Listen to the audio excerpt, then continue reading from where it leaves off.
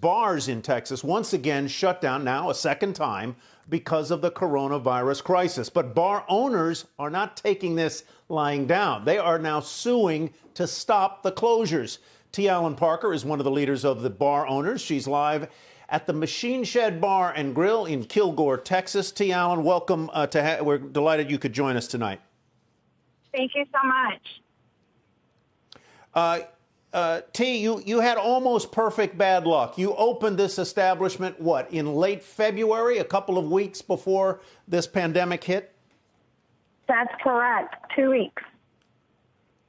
How many employees did you have, and did you have to lay them all off?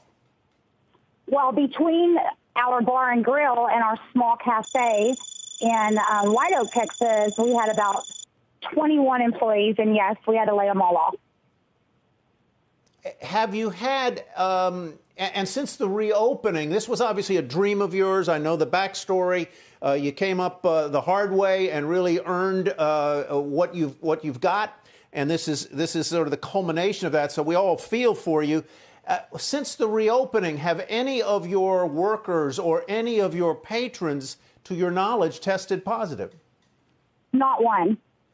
No one. Not one. And so does that figure into your feeling that you, not just your bar, but that bar owners generally are being singled out unfairly by the Texas rules promulgated by the governor, when other establishments like nail salons, hair salons, places of worship are able to host gatherings of people? Is that really the heart of your argument? More the heart of my, yes. But we've been able to practice safely. We have our tables actually spaced out 8 feet apart. We have hand sanitizer, disinfectants.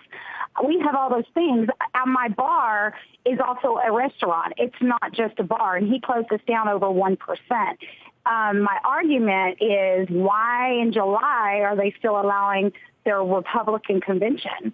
I mean, hundreds of people are going to be there, but I can't run a bar at 50%, which is no more than 91 people. Why I can't do that? He closed us down on 50. He says if you are 51% alcohol, that's 1% over food. He said yesterday on a news channel that his argument was this. He said it's been proven that you can walk into a restaurant with a mask on, and he said this while he wasn't wearing a mask, and you can sit down and you can stay put and you can safely eat your food, and that there's no COVID spike related or connected to the restaurant. But it has been proven that you can walk in a bar and that you have to pull your mask down to sip your drink. Well, I just want to know how all these folks that are going to these restaurants that are overcrowded, by the way, are eating their food if they don't take their mask down. That's his argument. Do you feel that you have been given by the state the kind of data that would back up the governor's argument, or do you just say you haven't shown us any data that proves that the spike in cases in Texas, which is truly dire, as you must concede, is traceable to behaviors in drinking and in eating establishments? Have you gotten the evidence that you need? Nothing. He has not provided anything to any Texan that backs up what he's saying. If he would back it up with some actual data, I might feel a little different. He said in a news article that cities and counties told him that the COVID spike is related to bars. Well, I want to know this. Where did they go before they went to that bar? Did they go to Walmart? I don't even go to Walmart. It's so crowded it terrifies me.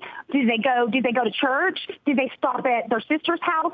Did they go to a convenience store and get gas? How is he going to prove that? What he's doing is he's putting it back on the cities and counties, because what he doesn't really want to say is, oh my, you guys, I am so sorry, my fellow Texans, but I opened this state too soon because I wanted to get on national TV and I wanted to get some attention. It was political. He opened this up too soon. I'll say that with my businesses closed. And now if there's a spike, he's putting it back on the cities. He's putting it back on the counties so that they can be the bad ones. He needs to be responsible. And the last thing, go ahead. Go ahead. I was going to say, he has said if I could go back and redo anything, it would probably be to have slowed down the opening of bars. So he's conceded that he made a premature decision, right? He didn't. No. He said I would slow down the opening of bars. He didn't say, hey, we're not going to pack 500 people into a church, because they have a religious right and they are protected under it. He didn't say, let's not have rallies. There were 60,000 people counted, if not more, walking down the streets of Houston for a funeral. May God rest his soul. That, in my opinion, he was murdered. But there were 60,000 people, and they didn't stop them, and they didn't make them wear masks, and he was okay with that.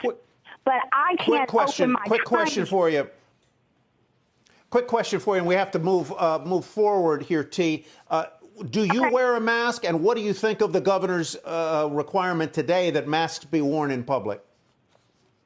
Well, I will tell you that my attorney, Jared Woodfield, who's filed suit against the governor on my behalf, I've been working with Jared since April, and he's never, ever given us a fight. As we speak, he's filing a new lawsuit on the governor under my behalf for telling me that I have to wear a mask. So as we speak, he's at his desk. This is what I feel about the mask. I feel it's an individual choice, and I feel if you want to wear a mask and it makes you feel safe and protected, I think you should be allowed to do that. And I feel if you don't want to wear the mask, then you should not be forced to wear one. I do not wear a mask. I have a medical condition. I have it in writing. The mask would keep me from breathing. It's not safe for me to wear the mask, but that doesn't mean I don't think you should wear the mask.